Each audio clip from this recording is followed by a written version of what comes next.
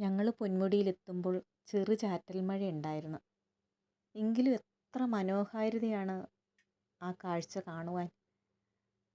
അവിടെ എവിടെയായിട്ട് ചെറിയ കുന്നുകൾ, ആ കുന്നുകളെ തൊട്ടു തലോടി കാറ്റിങ്ങനെ വീശിക്കൊണ്ടേയിരുന്നു. ചാറ്റൽ മഴ ഉണ്ടായിരുന്നെങ്കിലും കുടയൊന്നും ആരും എടുക്കാൻ ശ്രമിച്ചില്ല. ആ കുളിര് പരമാവധി ആസ്വദിക്കാനായിരുന്നു എല്ലാവരും തീരുമാനിച്ചത്. അകലെ നിന്നും വീശിയടിക്കുന്ന കാറ്റിങ്ങനെ ഞങ്ങളെ തൊട്ടു തലോടി കടന്നു പോയിക്കൊണ്ടിരുന്നു. അതുപോലെ കണ്ടു നിൽക്കെ നമുക്ക് പെട്ടെന്നാണ് കോടമഞ്ഞ് ഇങ്ങനെ വീശിയടിച്ച് വന്നത്. എല്ലാവരെയും കോടമഞ്ഞ് പൊതിയുകയാണ് ചെയ്തത്. ചുറ്റിനുമുള്ളവരെ പരസ്പരം കാണാനാവാത്ത ഒരു അവസ്ഥ. ശരിക്കും ഒരു അനുഭൂതിയായിരുന്നു അത്. എത്ര തന്നെ പൊന്മുടിയിലെത്തിയാലും നമ്മൾക്ക് മടുക്കുകയില്ല എന്നൊരു തിരിച്ചറിവുണ്ടായി.